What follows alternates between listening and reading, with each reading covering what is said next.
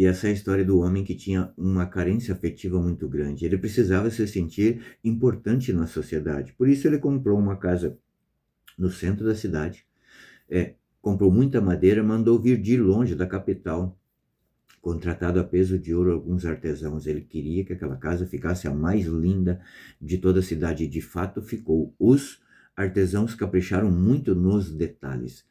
E costumeiramente ele dava festas naquela casa e todos ficavam encantados de ver a beleza daquela arquitetura. Até que um belo dia, durante uma dessas festas, a casa começou a estalar até que ruiu, e foi grande a sua vergonha, porque ele cuidou muito dos detalhes, mas não mandou tratar a madeira, e os cupins comeram a casa por dentro. Jesus no Evangelho hoje vai nos falar da vanglória. A vanglória é o cupim que come a nossa alma por dentro, vai roubando toda a nossa glória futura e enchendo de vanglória. E Jesus vai falar nesse evangelho que está no livro de Mateus, capítulo 23, a partir do versículo 1, para que os discípulos tomassem cuidado com os fariseus. Por quê? Porque os fariseus até ensinavam as coisas certas, os doutores da lei. Eles ensinavam os mandamentos de Deus, mas eles não faziam nada daquilo que eles ensinavam. Eles viviam uma grande hipocrisia, né? São Máximo Confessor vai nos dizer que existem 5 formas de amar, né? E 3 formas são pecaminosas. A primeira forma pecaminosa é eu amo a pessoa, né, por aqueles presentes que ela me dá, né? Ou, sei lá, os presentes que ela me dá, dinheiro, presente. Eu posso amar uma pessoa, a segunda forma, eu posso amar uma pessoa, né, pelas lisonjas, aquela pessoa que me elogia, aquela pessoa que está sempre me bajulando. Eu posso amar uma pessoa pelo prazer que ela me dá. No caso aqui não precisa ser prazer sexual, mas o prazer de estar na presença daquela pessoa. Então eu dou preferência a estar na presença dela. São as 3 formas pecaminosas. Existe uma forma natural que, por exemplo, é uma espécie de um instinto animal. Por exemplo, quando a mãe se levanta na madrugada para dar mamar para a criança, é uma forma natural. Ela não é nem pecaminosa e nem virtuosa. Mas existe a forma virtuosa de amar, que é amar as pessoas por causa de Deus. Sabendo que aquelas pessoas não merecem, mesmo assim, eu amo aquela pessoa por causa de Deus. Jesus nos fala aqui nesse evangelho que nós temos que tomar muito cuidado com a vanglória.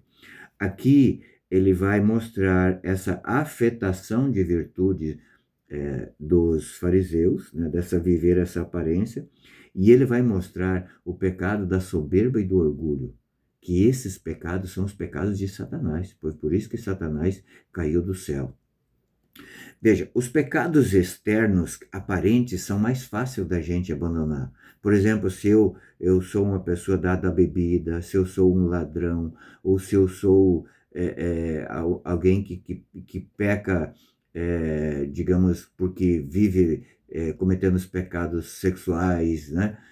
São pecados externos que nos levam a ter vergonha. É mais fácil da gente abandonar.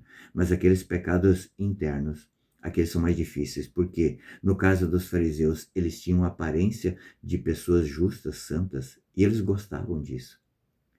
A soberba, ela é terrível, porque ela nos pega dos 2 lados. Veja, Jesus fala aqui para que os seus discípulos não procurem os primeiros lugares. Mas então, eu posso me vangloriar de procurar os primeiros lugares, ocupar os primeiros lugares. Mas eu também posso me vangloriar por ocupar os últimos lugares. Aí eu começo a pensar assim, nossa, como eu sou virtuoso, eu estou no último lugar. Pecou da mesma forma.